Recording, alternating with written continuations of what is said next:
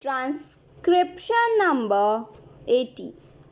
Mr. Vice Chairman, this finance bill has been introduced at the time of crisis, at a time of external crisis. In addition to the Chinese on the north, we have incursions from the neighboring country on the west.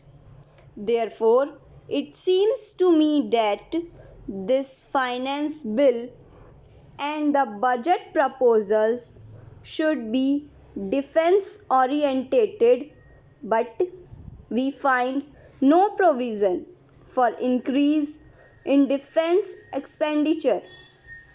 It is still rupees 740 crores as it was at the time when the finance minister announced his proposals.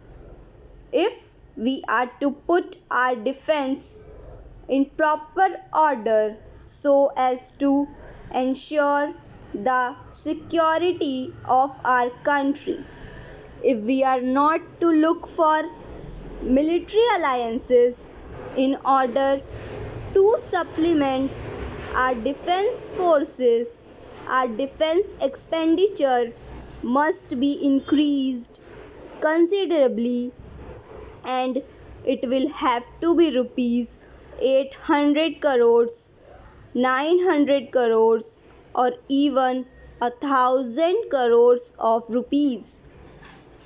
There is enough money in this budget to allow transfer of more to the defense services.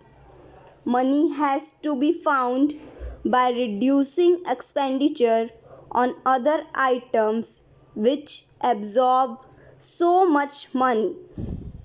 The expenditure on the plan is 200 crores of rupees on the revenue account and another 300 crores on the capital account.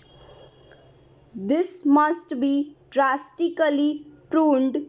The plan expenditure must be reduced to indispensable expenditure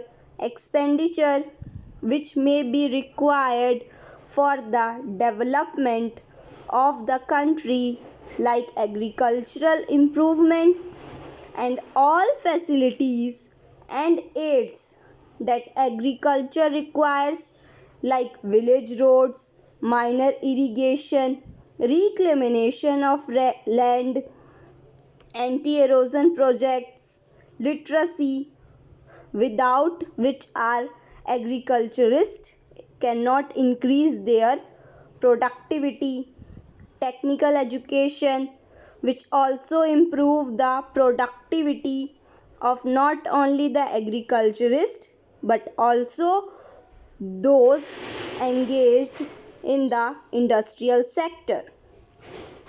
There is certain expenditure which is unjustifiable in the present circumstances, in the present crisis situation in which we are placed.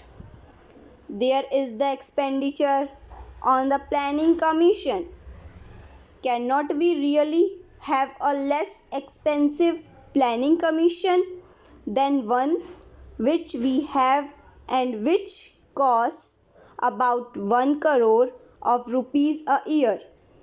The National Economic Development Council of England costs only 20 lakhs of rupees, 250,000 pounds sterling, and it does as good work as, if not better than, our planning commission to increase the productivity of England.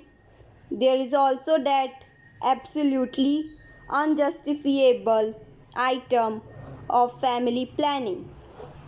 I believe that in the fourth plan it will raised to 70 crores. Then what about the expenditure on our administrative services? It has been growing steadily. We must have a commission on the pattern of the Hoover Commission, which proposed a reduction of $7,000 million in the administrative expenditure budget of United States of America.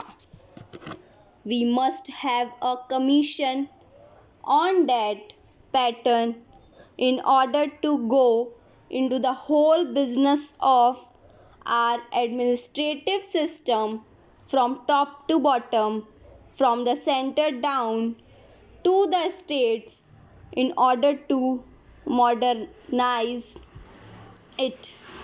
We have been promised administrative reform committees in the Secretariat.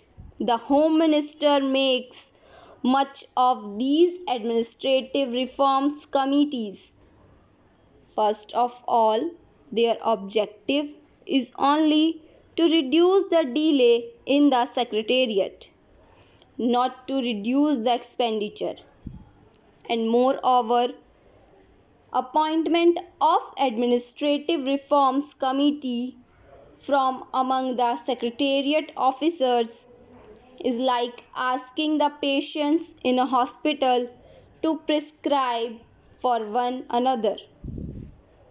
You must have an outside body, a scientific body of administrators composed of public men and of businessmen, such as Hoover Commission was, in order to go into the whole business of the costly administrative system under which the country is suffering. Then, in regard to our defense organization also, are we getting the best out of the money that we are spending, even out of the rupees 740 crores that we can afford? What we want for the defense of our frontiers is a mobile force, not the kind of force suggested by somebody in the other house the other day. They wanted the frontier to be defended by the whole army. They wanted the whole army to be deployed all along the frontier.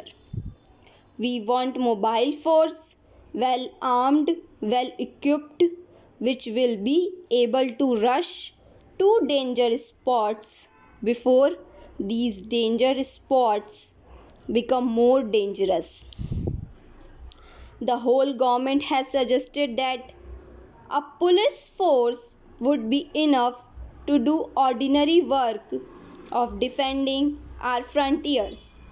I hope it will be an armed police, something like the armed reserve police used in Madras now generally for suppressing the student riots. It might be better used in the ordinary day-to-day defense of our Pakistan border. Has the army got all the modern equipment that is required? Have we got enough machine guns, automatic rifles, mortars and grenades, and how many per unit? Have we enough small and medium tanks? Have we enough anti-aircraft guns, and have we enough helicopters which are in evidence in the recent defense action against the Pakistan incursions? Have we got the new craft which does not rise above a few yards, but which would be very useful in desert areas? Thank you.